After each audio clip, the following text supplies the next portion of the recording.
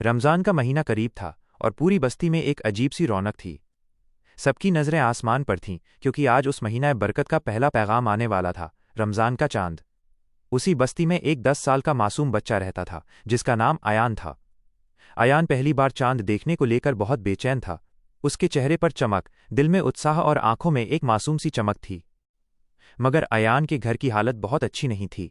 उसके वालिद बीमार रहते थे और घर में रोज़मर्रा की चीज़ों के लिए भी मुश्किलें थीं।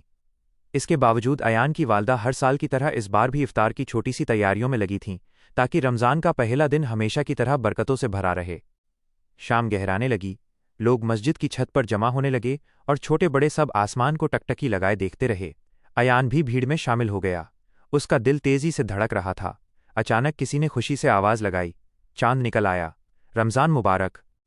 भीड़ में हलचल मच गई। बच्चे दौड़ने लगे, औरतों ने दुआएं मांगनी शुरू कर दीं और मर्दों ने एक दूसरे को गले लगा लिया। अयान ने भी आसमान की तरफ देखा। एक पतला सा नूरानी हिलाल आसमान में चमक रहा था। अयान की आंखें भर आईं। उसने पहली बार रमज़ान का चांद इतने करीब से महसूस किया था जैसे वो चांद उसके दिल को छू रहा हो। लेकिन कहानी यहीं ख़त्म नहीं होती।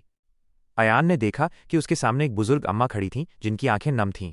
वो धीमी आवाज़ में बोल रही थीं, आज मेरे बेटे को गुजरे 3 साल हो गए। वो भी इसी दिन रमज़ान का चांद देखने आया था। अयान का दिल कांप गया। उसने उनकी झुर्रियों भरे हाथों को पकड़ा और बोला, अम्मा, आप अकेली नहीं हैं। रमज़ान का चांद हम सबका है। अल्लाह हम सबको अपनी रहमत में रखे। ये सुनकर अम्मा मुस्कुरा दीं। उनकी आंखों में ऐसा सुकून था जैसे अचानक उनका दर्द हल्का हो गया हो। घर पहुंचने पर अयान ने अपनी वालदा को देखा जो दुआ मांग रही थीं।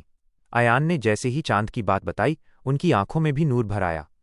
उन्होंने अयान के सिर पर हाथ रखकर दुआ दी, अल्लाह तुझे भी इस चांद की तरह रोशन रखे। उस रात अयान ने सोचा कि रमज़ान का चांद सिर्फ एक महीना शुरू होने की निशानी नहीं बल्कि अल्लाह की रहमत, माफ़ी और मोहब्बत का पैगाम है। उसने तय किया कि इस पूरे महीने वो लोगों की मदद करेगा, अच्छे काम करेगा और दूसरों के चेहरे पर मुस्कान लाने की कोशिश करेगा।